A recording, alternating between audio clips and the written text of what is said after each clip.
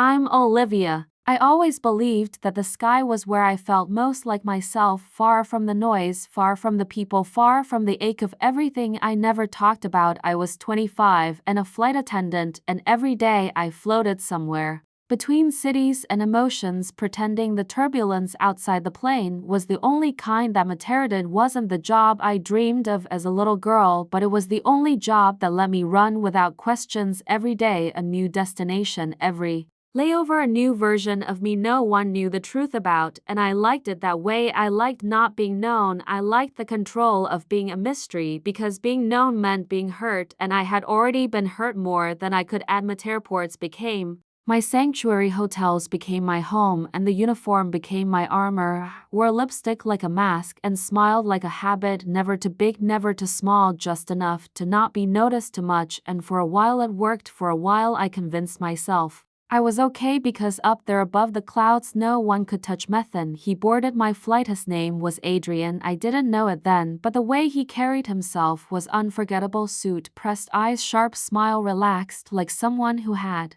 never heard the word no and wouldn't accept it if he did. He sat in for a first class, and when I passed him he didn't look through me like most passengers did. He looked at me like I was something worth noticing. He asked for sparkling water, but it was the way he said thank you that made me pause. It wasn't just polite, it was intentional, like he wanted to mark the moment, and I let him. Maybe because I was tired, maybe because I wanted someone to make me feel seen. I told myself it didn't mean anything, just another passenger, just another smile. But it didn't stop there. He made small talk just enough to be charming, not enough to seem pushy. He said he traveled often, said he was in finance, said my job must be exhausting and exciting all at once, and I laughed too easily because it felt good to be asked about something other than drink preference. After the flight he found me on Instagram. I don't even remember giving him my full name, but there he was in my DMs, casual, smooth, just a compliment and a smile emoji, and it began like that, with digital breadcrumbs and curiosity and a loneliness I had buried so deep I forgot how hungry it was. Our conversations moved quickly from polite to personal. He asked questions that felt different, not shallow, not rehearsed. He wanted to know what music I liked, what cities made me feel alive, what I missed most when I was gone too long, and I told him more than I meant to, because he listened like every word mattered. Was started meeting between flights, sometimes coffee, sometimes dinner, sometimes just walking through unfamiliar streets in unfamiliar countries and talking like we were old friends. But it was more than that. I started changing my routes to be near him. I started counting down to layovers instead of departures, and I told myself it was harmless. I told myself I was allowed to be happy.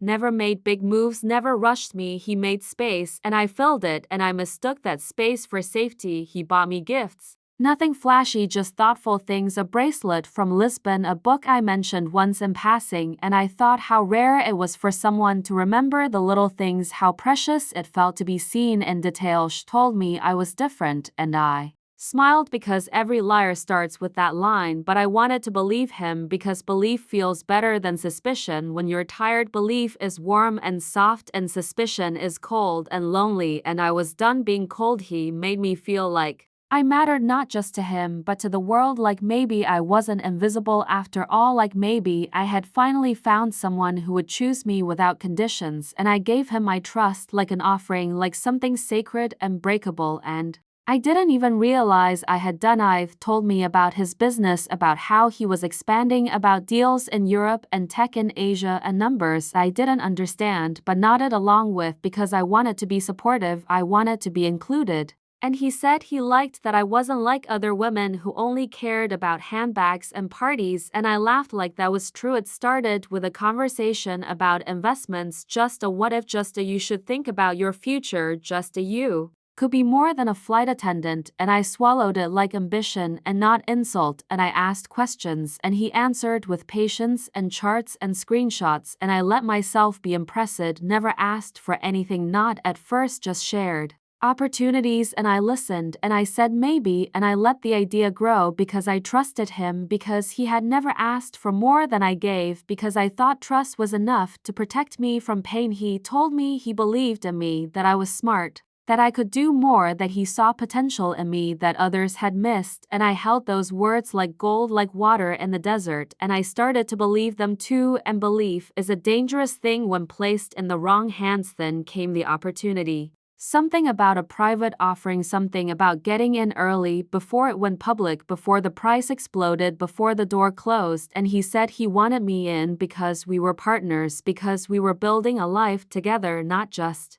moments, and I said yes because I wanted to be part of something more than passing time in foreign cities. He wired the money, not all at once, but enough to feel nervous, enough to make my hands shake as I typed the numbers into my banking app and told myself it was okay because Adrian wouldn't hurt me, because Adrian wasn't like the rest, because Adrian loved me. Love should not feel like silence. Love should not feel like unanswered texts and vague answers and promises that stretch like chewing gum and snap when you pull too hard. The first time he didn't answer my call, I told myself he was busy, that he was probably in a meeting, that his phone must have died, and I didn't let the quiet stretch too long in my mind, because if I did I might hear the doubt whispering, and I wasn't ready to listen. Second time I waited longer, stared at the screen like it might explain something, stared until my eyes burned and my chest felt tight, and I still told myself it was fine, that sometimes people disappear for a while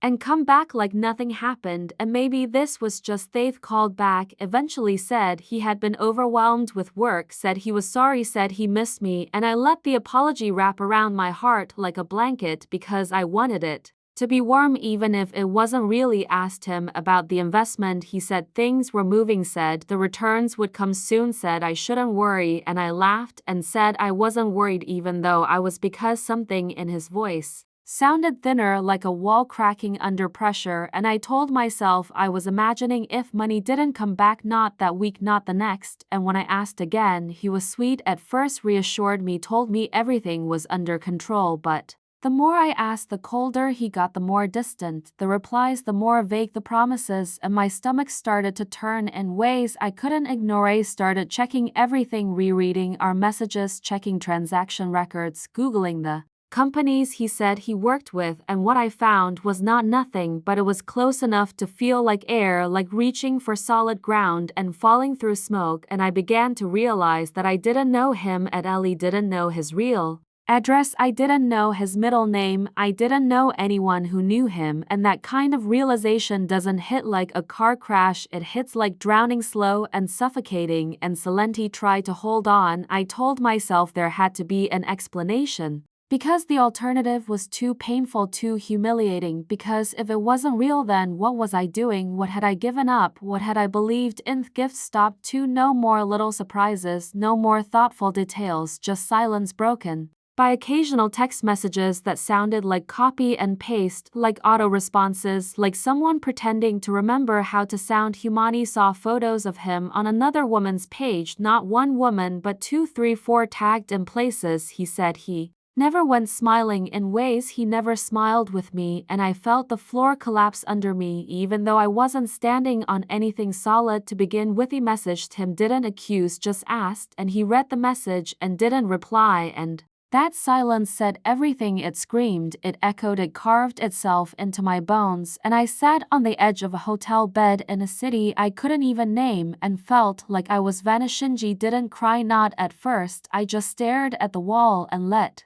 the numbness spread, because feeling anything would break me, and I had been broken before and rebuilt myself too many times to go through it again. But the tears came eventually, not loud, not messy, just quiet, like the sky weeping when no one's watching, and I let them come because I had nothing left to protect. I was humiliated, I was heartbroken, I was ashamed, and more than anything I was furious, not just at him but at myself for believing, for trusting, for letting my guard down, for thinking I was finally Safi. Wanted to scream, but instead I sat still. I wanted to call him, but instead I turned off my phone. I wanted revenge, but instead I waited, because some things are sharper when served in silence. In that silence I started to remember who I was before him, not the version he shaped, not the girl who followed him like a shadow, but the woman who flew across the world alone, who knew how to be invisible and used that invisibility like a weapon. He had taken my trust, my money, my heart,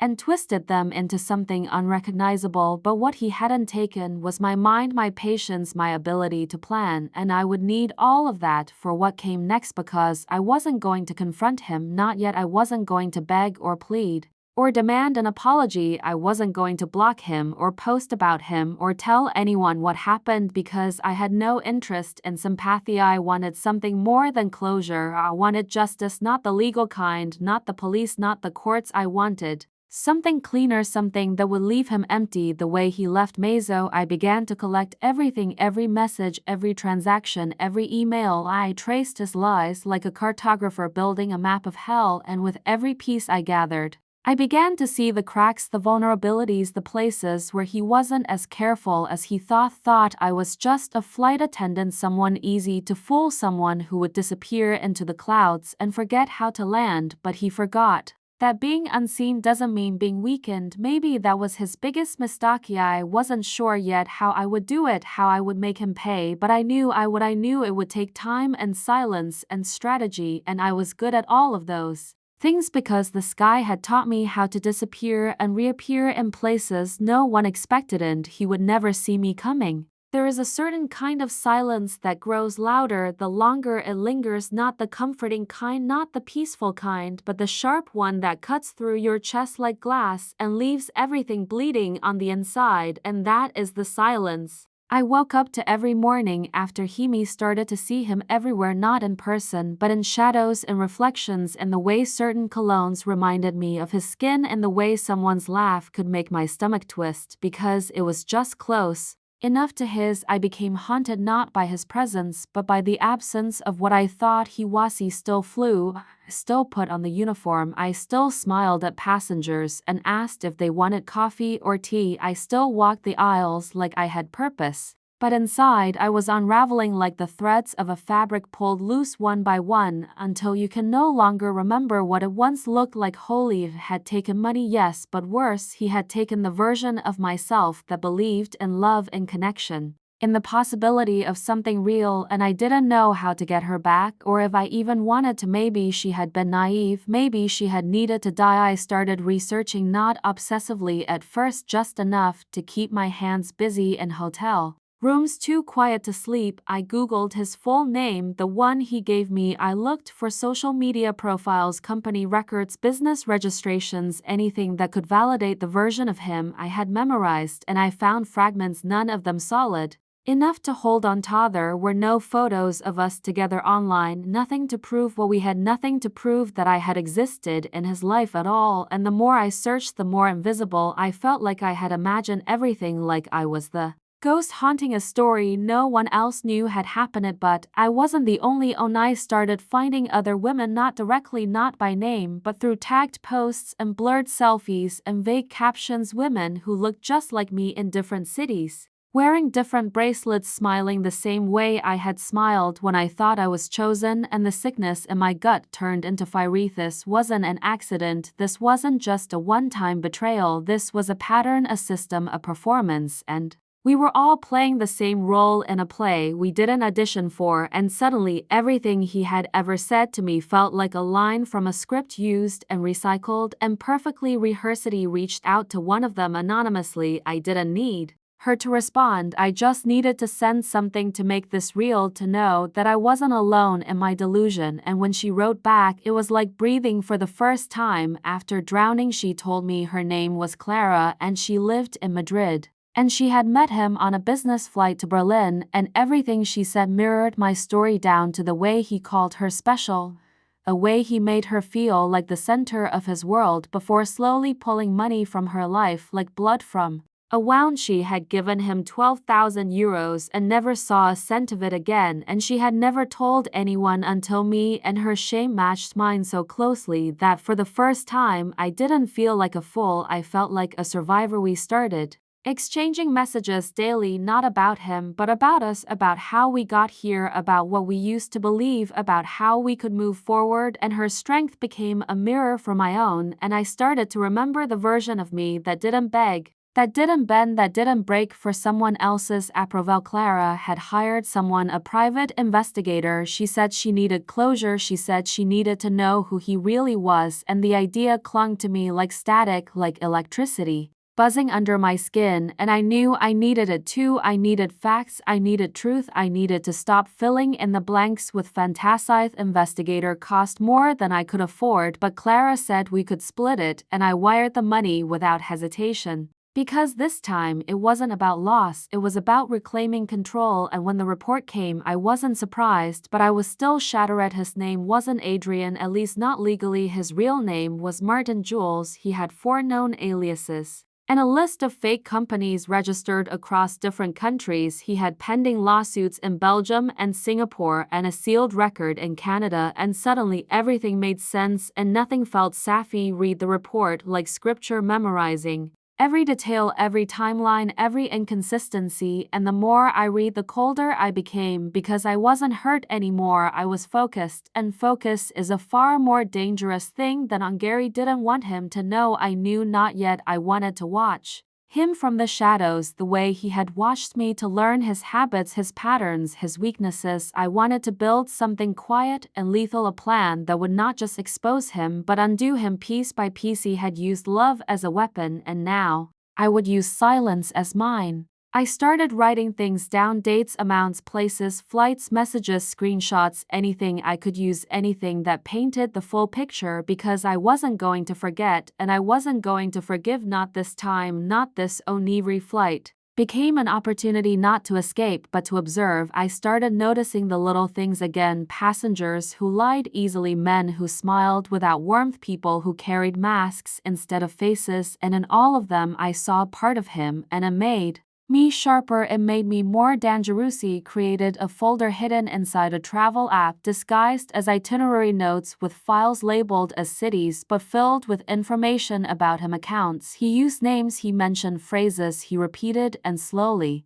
the chaos started to make sense, and the pain turned into data. He didn't know I was watching, and that gave me power. He didn't know I wasn't crying anymore. I was calculating, and that made me invisible, and invisibility was my strength. He had chosen the wrong woman to deceive. He didn't tell anyone what I was doing, not even Clara, because this wasn't about justice anymore. It wasn't about warning others or reclaiming money. It was about balance. It was about teaching him something the sky never could: that gravity is not the only thing that brings people down. He remembered something he once said in passing about a startup he was pitching in Dubai, and I traced that thread until I found a web of fake LinkedIn profiles, a digital illusion of success built on air and charm, and I saved every piece: every fake employee, every investor testimonial, every website built on templates and empty text boxes. Then I found the woman behind the company name, an older woman with expensive shoes and a sharp voice, who had been used just like us, except worse, because she had invested not just money but reputation. And when I reached out to her anonymously, she didn't respond at first, but then she did, and her message was short and furious. Knew who I was talking about. She had been trying to track him down herself. She said he cost her clients and contracts and nearly her license, and she wanted his name in fire. She wanted revenge too, but didn't know how to get it clean and quiet. And that's where I came in. He didn't have power or wealth or access, but I had proximity, and I had silence, and silence can be a scalpel when used correctly. I wasn't going to destroy him all at once. I was going to erode him slowly, take away everything he built piece by piece, until all that was left was the echo of his name. I started responding to his messages again, casually, briefly, just enough to let him believe I was still there, still fooled, still holding on, and it worked. He came back with affection, with apologies, with new promises, and I smiled at my screen like a hunter watching her prey step into the trap. Told me he wanted to see me again, that he missed me, that we had something real, and I told him I needed time, told him I was in back-to-back flights, told him I was exhausted, and he believed me, because liars always think they are smarter than the people they hurt. In those weeks, I collected more than data. I collected my strength. I started working out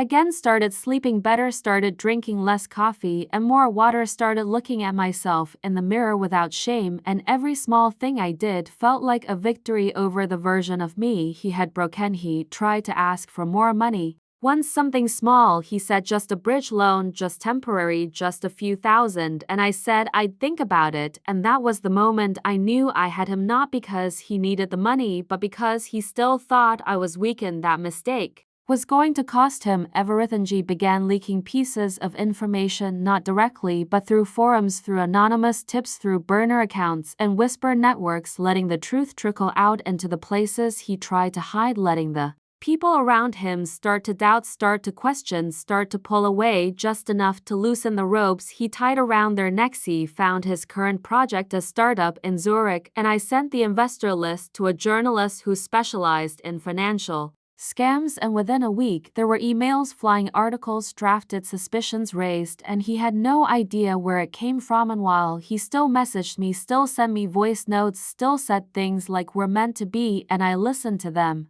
with a kind of peace I never thought I'd feel, not because I loved him, but because I had outgrown him. He no longer cried when I heard his voice, I no longer flinched at his name. He became background noise, static, empty words on a screen, and I let him talk because every message he sent became evidence, every lie became a thread I could pull. He wasn't in a rush. Revenge isn't a race, it's a ritual, and rituals take time. I wanted him to look around one day and realize everything was gone, that the house he built on charm had collapsed, that the people who trusted him no longer picked up the phone, and that the silence he left behind had returned to bury him. And when that day came, I wouldn't need to say a word, I wouldn't need to confront him, I wouldn't need to scream or explain or ask why, because I would know, and that would be enough. Because the version of me he met no longer existed, and the one that replaced her was unbreakable. The sky had taught me to see things from above, to notice patterns invisible to those trapped on the ground, and now I was watching him, watching the way he moved, the way he talked, the way he slipped up in moments too brief to catch, but enough to build a picture of the man behind the mask he wore so well. He believed himself untouchable, a ghost drifting through cities using charm as a passport and lies as currency, but every lie has a seam and every mask has a crack, and I was searching for his, because I had learned that the devil is found not in grand gestures but in small details. He traced his footsteps online, from Zurich to Dubai, from Tokyo to London, noting the times the accounts were active, the names he used, the faces he showed, the stories he told, and slowly the story unraveled. The carefully woven web began to tear, and I could feel the power shifting beneath my fingertips. She had a weakness for speed, expensive cars that roared louder than his promises, a taste for luxury that left traces in credit card records and hotel stays, a network of contacts built on fear and silence, people who owed him favors and people he owed debts to. The balance sheet of his life was beginning to show red, and I was there to watch the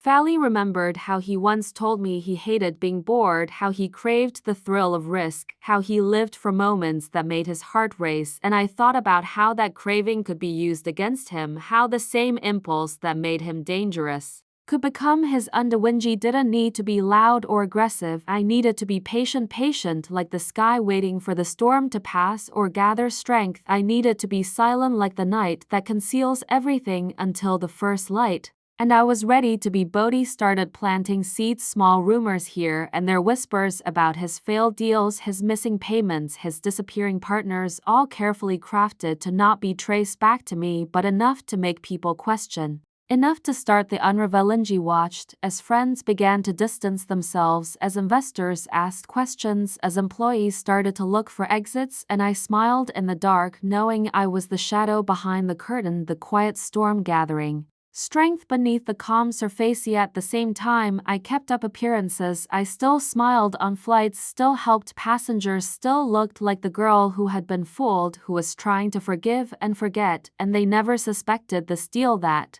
ran beneath the surface. The fire that burned behind my ASE made new contacts, people who could help, who had access to information, who cared about truth and justice, not headlines and scandal. I built alliances in silence, knowing that power was in numbers and knowledge, and I was not alone anymore. Every new piece of information became a weapon, every detail a step closer to dismantling the empire he had built on lies and charm, and I collected them all with a precision that surprised even My selfie underestimated me because I had seemed weak, because I had been broken, but breaking had made me stronger than he ever imagined, and I was ready to prove it. There was no turning back for me now, because broken things cannot be repaired, only new paths can be drawn, and that path had to be silent and cold, because anger only destroys, but cold planning delivers revenges. I uncovered his weaknesses. It was time to set a trap, one that would shatter his confidence, because the most dangerous enemy is sometimes your own. Through detailed research on his financial dealings, I saw how shallow and fragile the contracts and partnerships he signed truly were. His success story was like a sandcastle trembling in the wind, and I was going to be the wind. Slowly, I distanced the people around him, planting seeds of doubt with perfect timing so friendships cracked and broke, and before anyone could see his true face, I was already deep in the game. I still maintained the facade of normalcy, smiling on flights, serving passengers, but my mind was always hidden inside the revenge plan, because pain and shame had become my fuel. Built new connections, gathered information through the right people, and even the smallest details I obtained became weapons, sharp and deadly, and every day I felt like I was unraveling Adrian's empire. Losing faith in him had made me stronger, and now I was completely focused, because underestimating your enemy is the greatest mistake, and I was not going to make that mistake. Every step I took, I watched him carefully, analyzing his behaviors and applying my plan patiently, because revenge is not rushed, it is an art, and I was going to be its master. I had learned that the calm before the storm is a lie, that moments of peace are often the silence of danger, that beneath the surface the winds gather and the sky darkens, and I was living in that silence, waiting for everything to shift. Days became a blur of flights, layovers, hidden messages, and unseen moves, a chess game played without pieces, just strategy and patience, and I had mastered both, because I knew that this was not just about revenge, it was about reclaiming myself. I watched as his world began to crumble slowly, deliberately. The people who once laughed at my naivety now whispered behind his back, and the empire he had built on lies was showing cracks too big to ignore. The investment he bragged about was nothing more than a house of cards, a fragile construction that I was pulling down one thread at a time, and I felt a strange power in that destruction, a sense of justice that felt like the first breath of fresh air after years underwater. At night, I no longer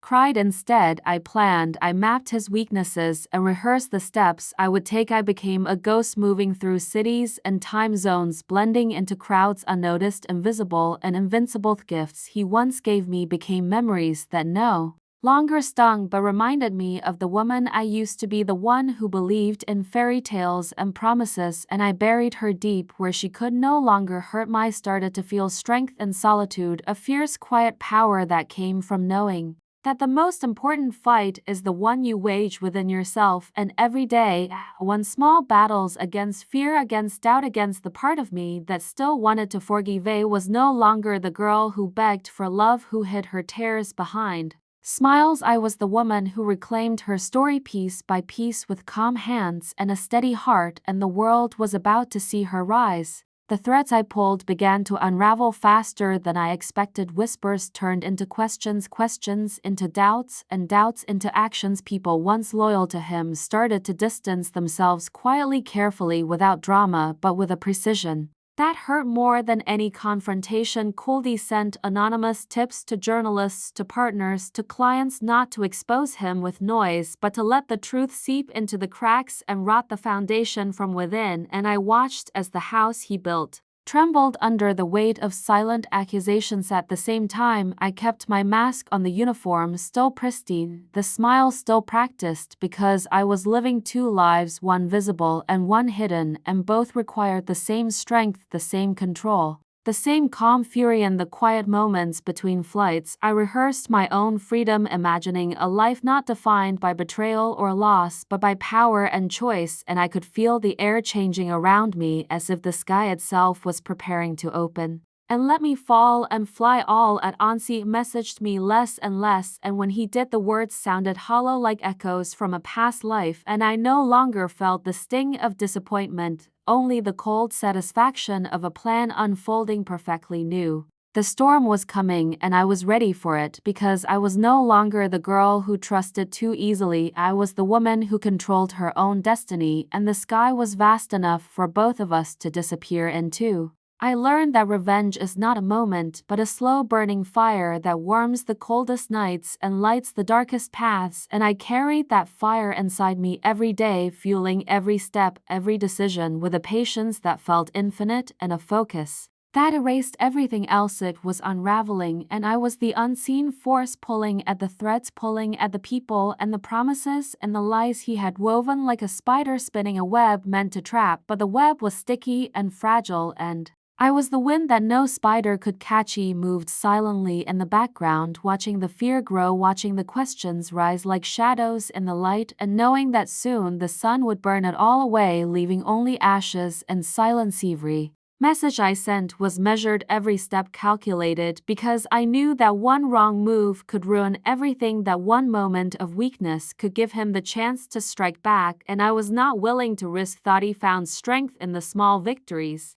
A partner backing out, a contract delayed, a rumor spreading like wildfire, and I savored those moments like a secret victory because they were proof that the game was mine to win. The woman I once was had disappeared, replaced by a version of me who was colder, quieter, sharper, and the transformation was both terrifying and freeing because I was no longer just surviving, I was dominating. The weight of silence had become my ally, the quiet spaces between messages, the empty flights, the hollow promises, all fueling a storm I was building brick by brick with patience like stone and fire like ice. I watched as his carefully crafted image began to crack, the smiles no longer reaching his eyes, the hands that once held power now trembling with uncertainty, and the empire of lies he built was starting to collapse under its own weight. I found joy in the chaos, I found strength in the unraveling, because every broken promise was a victory, every lost connection a step closer to freedom, and I was no longer afraid of the darkness because I had become part of it. Nights were long, but the fire inside me burned brighter than ever. I traced every lead, every whisper, every fragment of truth with relentless focus until the pieces fit perfectly like a puzzle made for revenge. Reached out one last time with words full of regret but empty of meaning, and I responded with silence because sometimes the loudest answer is no answer at all, and I had learned that lesson well. I prepared myself for the storm, knowing that when it came, there would be no turning back, no hiding, no forgiveness, only the reckoning that I deserved, and I was ready to face it with open eyes and steady hands. I stood at the edge of everything I had built and broken, the silence around me heavier than any storm, the weight of years of betrayal cutting deeper than any wound I had ever known. This was the moment I had been waiting for, the moment when all the pieces would fall into place and I would rise from the ashes, not as a victim but as a force to be reckoned with. For so long I had carried the weight of his lies like a stone in my chest, dragging me down beneath the surface, but now that weight was gone, replaced by a fire burning hotter than pain or regret. This fire was made of cold calculation and fierce determination, a fire that no one could extinguish, not even he. Remembered every detail, every broken promise, every smile that hid a lie, and I held them close like weapons, like armor, like reminders of the woman I used to be and the woman I had become, because this was not just about revenge, this was about reclaiming my power, my voice, my life. The world had not been kind to me, and maybe it never would be, but I was no longer asking for kindness. I was demanding justice on my own terms, and justice was not loud or violent. It was quiet and patient and unstoppably. I planned every step carefully, knowing that one wrong move could undo everything, but I had learned that sometimes the most dangerous moves are the ones that seem the least risky, and I was ready to be dangerous. I was ready to be the storm. First part of my plan was to make sure that the people around him saw him for what he really was, not the charming liar, but the manipulator, the thief, the man who had taken more than he could ever repay. I let the truth slip into their lives in whispers, in shadows, in moments when he least expected it. At the same time, I was gathering evidence, building an unbreakable case against him, something that would not just ruin him financially, but expose every secret, every lie, every betrayal, and I was doing it quietly, patiently, letting the web unravel on its Timilinei watched as his carefully constructed world began to crumble from the inside out. The partners who once trusted him now doubted the very foundation of their deals. The friends who smiled too easily started to turn away. The empire he built on lies was dissolving like sugar and rain. In the quiet moments between the chaos, I found strength in solitude. I let go of the fear, the shame, the sadness, and embraced a fierce calm that made me unstoppable, because revenge is not just about the other person, it is about reclaiming yourself, and I was doing just that.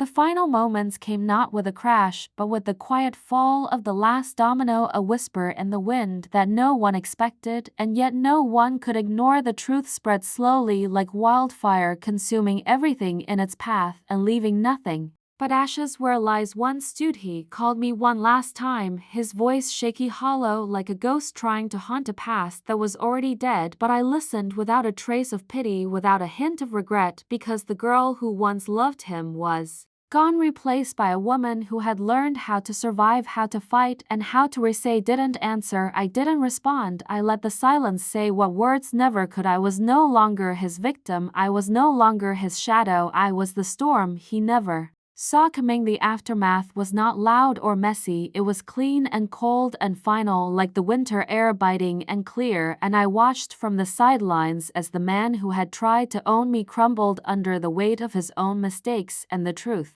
I had set free. In that moment, I understood that revenge was never about hurting him, it was about healing myself, about reclaiming the parts of me I had lost, the trust, the hope, the strength, and most of all, the power to write my own story. Closed that chapter with a quiet smile, knowing that I had won not just against him, but against every doubt, every fear, every broken piece inside me. The woman who rose from those ashes was stronger than I had ever imagined, and she was finally free. Thanks for listening to my story with me. Don't forget to follow for more stories.